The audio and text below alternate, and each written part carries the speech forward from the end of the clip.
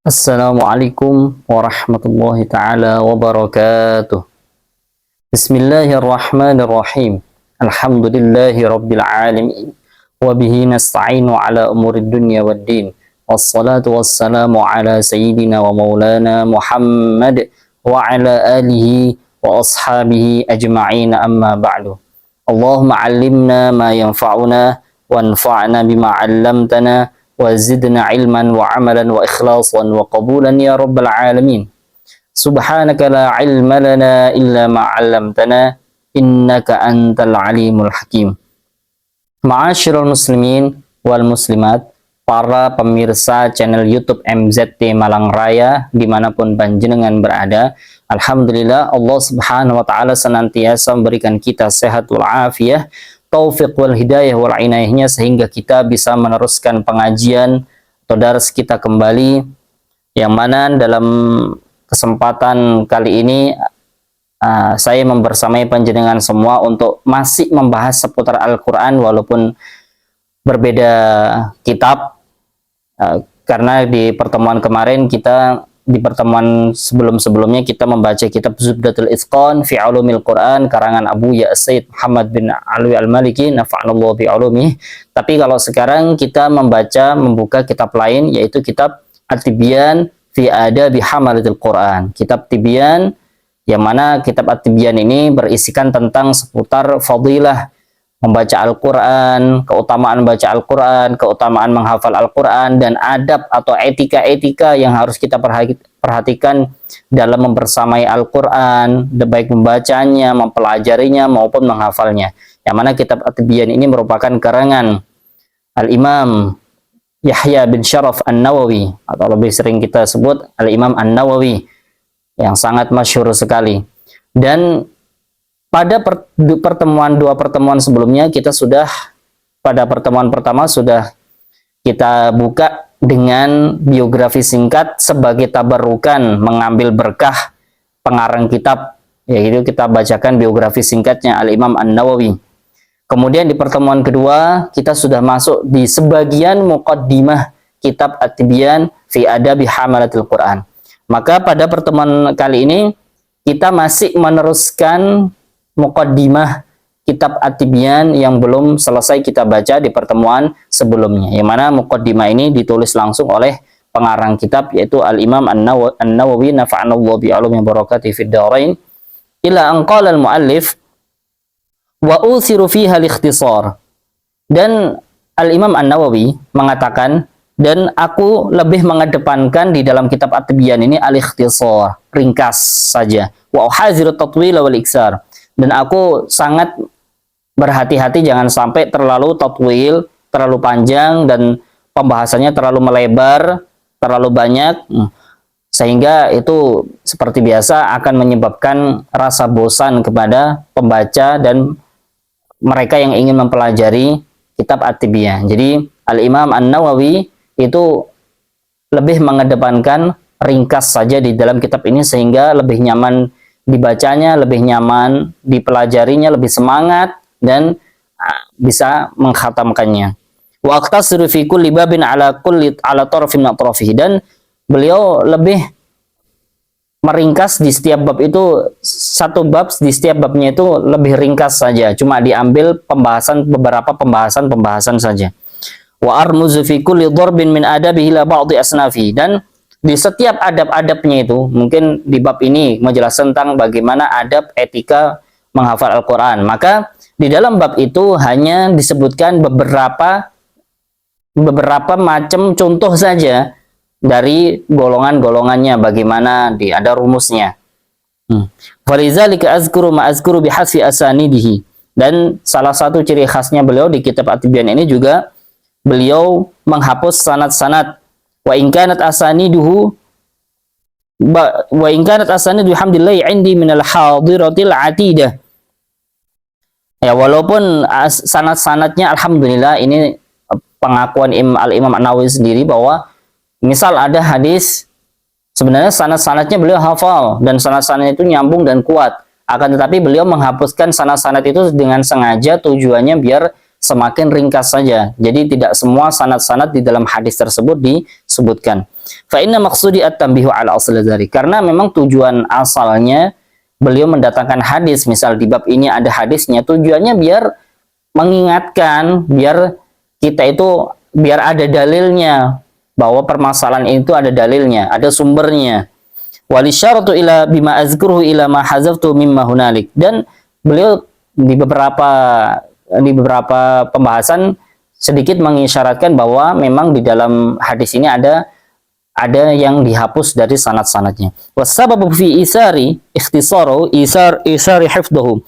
Dan sebab kenapa Al-Imam An-Nawawi itu lebih memilih meringkasnya saja kitab At-Tibyan itu, karena isari hifdhuhu, karena Imam Nawawi lebih mengedepankan bisa dihafalkan. Jadi kitab At-Tibyan ini ada harapan bisa dihafalkan kalau pembahasannya ringkas. Itu tujuannya Imam Nawawi. Karena sekali lagi kalau seandainya kitabnya ini panjang lebar pembahasannya, itu sangat sulit sekali untuk bisa dihafalkan. Kalau dipahami mungkin iya, tapi kalau dihafalkan bisa diingat kembali, bisa dimurojai kembali agak sulit. Wa kasratul intifa'i bihi, dan semakin menyebar manfaatnya, semakin banyak manfaatnya kalau beliau itu meringkas kitab At-Tibyan ini. Wa intisyaruhu. Summa ma waqa'a bi min gharibil asma'i wal lughati fil abwab. Kemudian kalau misal ada terjadi misal di dalam asma, nama-nama dan bahasa-bahasa itu ada yang gharib, ada yang mungkin nggak masyhur, belum pernah kita dengar sebelumnya dari nama-nama tersebut ataupun bahasa tersebut. Ufridhu bisyarhi wadhabti alwajizil wadih ala tartibi wuqu'i fi babin fi akhiril kitab. Ya, beliau itu kalau misal ada nih di antara nama-nama di kitab At-Tibyan ini ada nama-nama rijal, asmaul rijal, nama-nama ulama, nama-nama tokoh, ataupun bahasa-bahasa yang mungkin asing bagi kita. Ya, jadi nggak pernah kita dengar sebelumnya di dalam bahasa Arab. Maka itu sudah disendirikan babnya oleh Al-Imam An-Nawawi dengan penjelasan yang sangat ringkas tapi berbobot di akhir bab, di akhir kitab. Itu sesuai dengan tartibi wuqu'ihi. Jadi berurutan sesuai dengan babnya. Itu disebutkannya di akhir kitab At-Tibyan. Liyakmulan tifa'u sahibi. Ini tujuannya Imam Nawawi mengadakan ini, maksudnya ada menulis bab yang di akhir kitab yang khusus membahas tentang kalimat-kalimat yang asing atau nama-nama tokoh yang asing yang belum pernah kita dengar sebelumnya. Itu tujuannya agar yang membaca kitab ini, yang pelajari kitab ini itu akan semakin sempurna dalam memahami kitab ini. Wa yazulu syakku an talibihi, dan menghilangkan keraguan.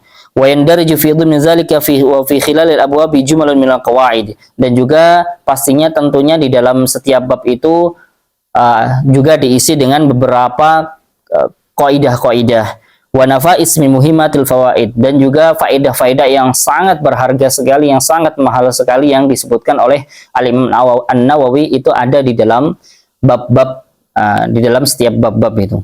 Wa ubayyinul ahadits as-sahihata wad-dha'ifah mudhafatin ila man rawaha minal a'immatil asbat, dan beliau juga tidak luput untuk menjelaskan tentang hadis-hadisnya, derajat hadisnya. Hadis ini sahih apa dhaif, dan pastinya juga tidak lupa pula beliau menyebutkan perawinya. Perawi hadis ini siapa dari para imam-imam yang meriwayatkan hadis tersebut. Waqad azhalu an nadri zalika fi ba'dil halat. Tapi terkadang beliau juga tidak menyebutkan itu di beberapa keadaan, tapi itu jarang. Tidak, tapi hampir semua hadis yang beliau sebutkan di kitab At-Tibyan itu disebutkan sanadnya, artinya disebutkan siapa yang meriwayatkannya, walaupun tidak semua sanadnya itu disebutkan, tapi periwayatnya ini siapa, dan hadis ini sahih atau dhaif. Wa'lam anna al-ulama min ahli hadis wa ghairihim jawazul amal bid-dhaif fi fadailil a'mal. Ini sangat penting sekali. Ya, kita ketahui bahwa sesungguhnya para ulama al-muhaddisun, mereka ahlul hadis, ulama ahli hadis wa ghairihim, dan selain ulama ahlul hadis, ulama fikih, jawazul amal bid-dhaif fi fadailil a'mal. Ini perlu digarisbawahi, penting. Terlebih kita sering ya dihadapkan dengan kelompok-kelompok ekstremis yang mereka itu selalu mengatakan kembali kepada Al-Quran dan hadis, Dan apabila kita menyebutkan dalilnya itu hadis, tapi hadis itu hadis dhaif, mereka tidak menerimanya, menolaknya mentah-mentah, bahwa mereka menyebutkan bahwa harus sebutkan hadisnya ya hadis yang sahih, bukan hadis dhaif.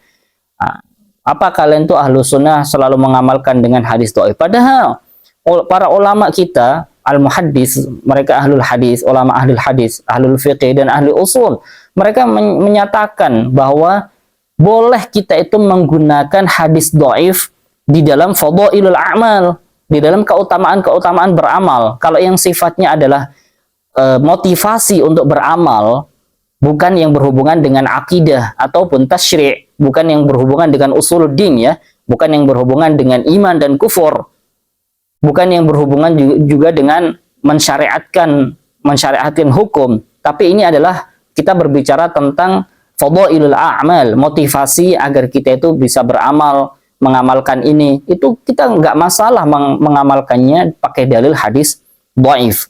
Wa ma'a hadza fa inni aqtasiru ala sahih. Oh, ini keutamaan Al-Imam An-Nawawi, subhanallah.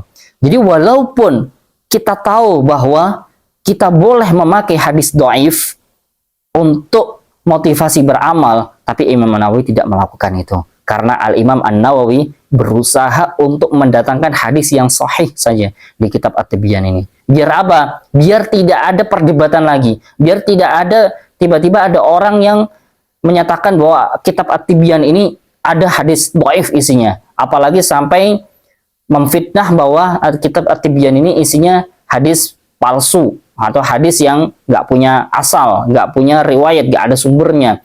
Ya, jadi walaupun memotivasi untuk beramal itu boleh, fadhailul a'mal itu boleh pakai hadis dhaif, akan tetapi Imam An-Nawawi tidak melakukan itu. Beliau cukup mendatangkan hadis sahih saja untuk menghilangkan keraguan dari orang-orang yang mempelajari kitab At-Tibyan ini. Radhiyallahu taala anhu wa ardhah. Wala azkuru dha'ifa illa fi ba'dil ahwal. Tidak, beliau tidak menyebutkan hadis dhaif kecuali sedikit saja di beberapa keadaan.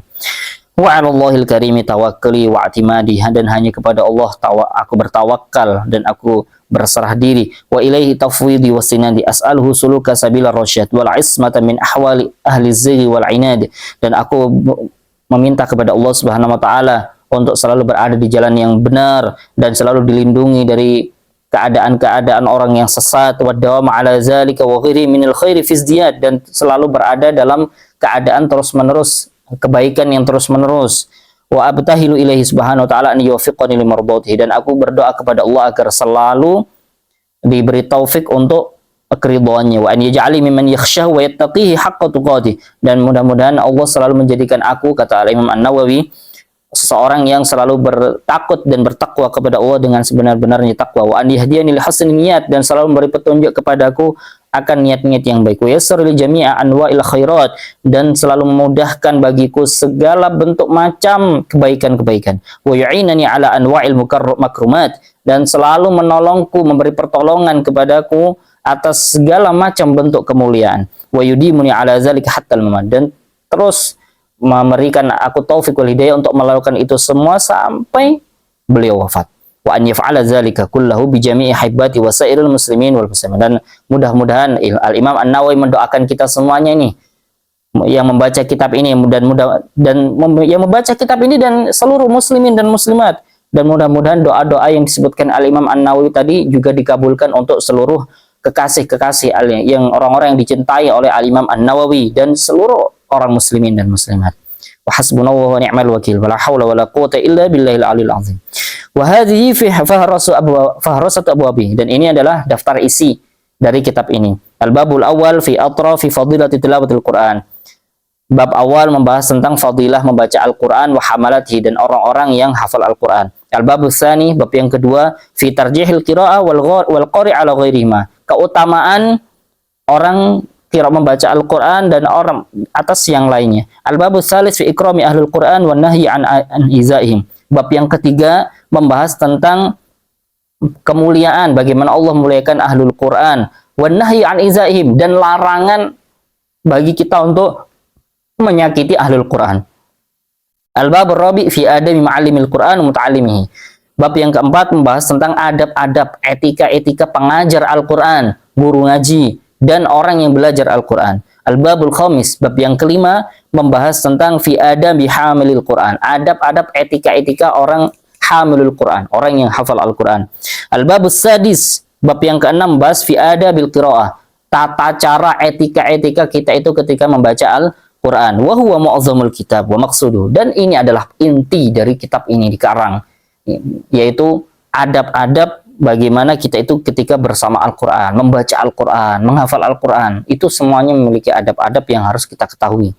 Al-babus sabi', bab yang ketujuh, membahas tentang fi adabin nasi kullihim ma'al Quran, adab-adab manusia semua disebutkan oleh Imam Nawawi. Ada macam-macam manusia ketika bersama Al-Quran, ada macam-macam manusia, bagaimana tata cara mereka itu ketika bersama Al-Quran. Artinya ketika membaca Al-Quran, menghafal Al-Quran, itu ada macam-macam manusia dalam berinteraksi bersama Al-Quran, ya, ketika berhadapan sama Al-Quran. Itu disebutkan oleh Al-Imam An-Nawawi. Al-babus samin, bab yang ke-8, fil ayati was suwar al-mushabati fi awqati wa ahwal makhsusah. Beliau menyebutkan di bab ke-8 ini ada ayat-ayat dan surat-surat yang disunahkan di beberapa keadaan dan keadaan khusus dan waktu-waktu khusus. Jadi ada surat ataupun ayat yang disunahkan untuk dibaca di beberapa keadaan khusus dan waktu yang khusus. Al-babut tasi', bab yang ke-9, fi kitabatil Quran wa ikramil mushaf. Di dalam menulis bab tentang menulis Al-Quran dan memuliakan mushaf. Al-babul ashir fi dhabti alfazil kitab. Nah, ini bab yang ke-10 ini sebagaimana yang tadi dijelaskan oleh Al-Imam An-Nawawi. Ini bab yang terakhir ini dijadikan untuk khusus dhabt alfazil kitab, memperhatikan lafaz-lafaz yang ada di kitab At-Tibyan ini. Mungkin ada lafaz yang kita fahami, butuh dijelaskan lebih detail lagi, itu ditaruh di bab terakhir. Dan dengan ini berarti muqaddimah kitab At-Tibyan fi adabi hamalatil Quran yang dikarang oleh Al-Imam Al-Qutb An-Nawawi itu telah selesai kita baca, dan insya Allah di pertemuan selanjutnya kita sudah masuk di bab pertama dari kitab At-Tibyan fi adabi hamalatil Quran. Ya, insya Allah akan kita lanjutkan di pertemuan selanjutnya. Mudah-mudahan kita semua senantiasa diberikan sehat wal afiah, taufik wal hidayahnya, agar selalu bisa melanjutkan dengan istiqomah, dengan sabar, belajar tentang keutamaan-keutamaan Al-Quran, yang mana dalam hal ini kita membaca kitab At-Tibyan. Wallahu ta'ala bissawab. Wal afu minkum. Assalamualaikum warahmatullahi ta'ala wabarakatuh.